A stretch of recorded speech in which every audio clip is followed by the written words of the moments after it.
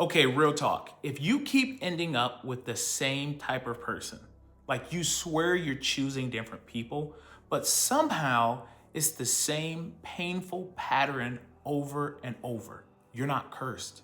You're not broken. I know because I live this. And today I'm going to break down exactly what's happening and why you keep doing this to yourself. What's up, everybody? I am Jay the Healer. And look, I lost my mom when I was 15. And for years after that, I had no idea how much that shaped every relationship I had. I didn't realize that I was running patterns that got programmed into me from that loss. So if you're here, you're already doing the work. You're not just complaining about your relationships, you're trying to understand them. So let's go ahead and dive in. So here's the thing. Most people don't get that your attachment style, it got programmed into you before you could even talk. Like age 0 to 3.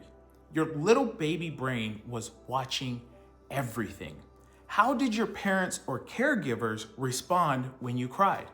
When you needed something? Were they there? Were they inconsistent? Did they ignore you? And then life happens. Trauma happens. Loss happened. And when I lost my mom at 15, my attachment system got completely rewired. I didn't know it at the time, but I was learning new survival strategies for how to get love and how to avoid getting hurt. See, your nervous system, it takes notes on all of this, and it creates this blueprint, this survival guide, and that blueprint is still running your life right now. Like literally right now. There are 4 main attachment styles. And I'm gonna keep this simple. So let's go over secure. These are the people who trust easily, that don't freak out when someone needs space, and can actually communicate what they need. They're like the unicorns, and about half the people are secure, which honestly gives me hope. And then there's anxious. This is when you crave closeness, but you're terrified of being abandoned. You're the person who checks their phone every 2 minutes, who needs reassurance constantly. You give everything hoping that they'll stay, and deep down you feel like you are too much. This was me for years after losing my mom. And then we have avoidant. You're all about independence. When someone gets close to you, you feel suffocated. You start seeing all of their flaws. You convince yourself that they're not the one. So you have a reason to leave. You protect yourself by keeping everyone at a distance. And then there's fearful avoidant. And this one is pretty wild. You want connection so bad, but you're also terrified of it. So you pull people close and then you push them away. And then you panic when they actually leave. It's the come here, go away dance, right? That confuses everyone, including you. Now, here is where it gets crazy. Your attachment style doesn't just affect who you like, it literally creates the entire relationship dynamic. After I lost my mom, I became anxious as hell in relationships. I was drawn to people who were emotionally unavailable like a magnet because their distance triggered that abandonment wound in me, and my brain went, okay, if I can just get this person to love me, then they'll stay and I'll finally be safe.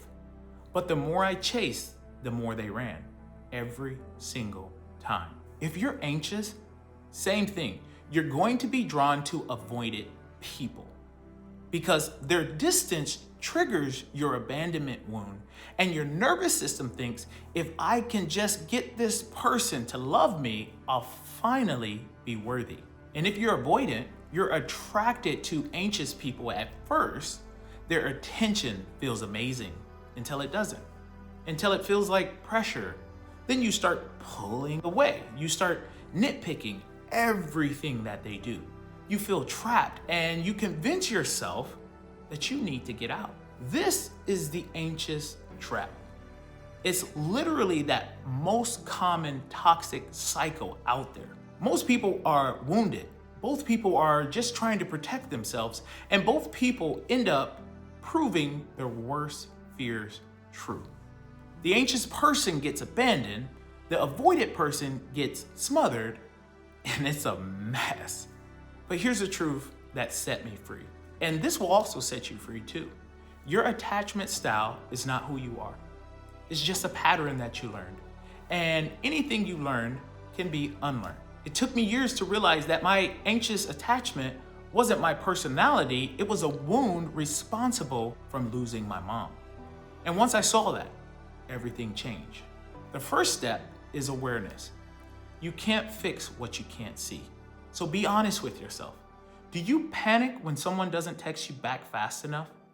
Do you feel suffocated when someone wants more of your time? Do you give way more than you get back because you're scared that they'll leave?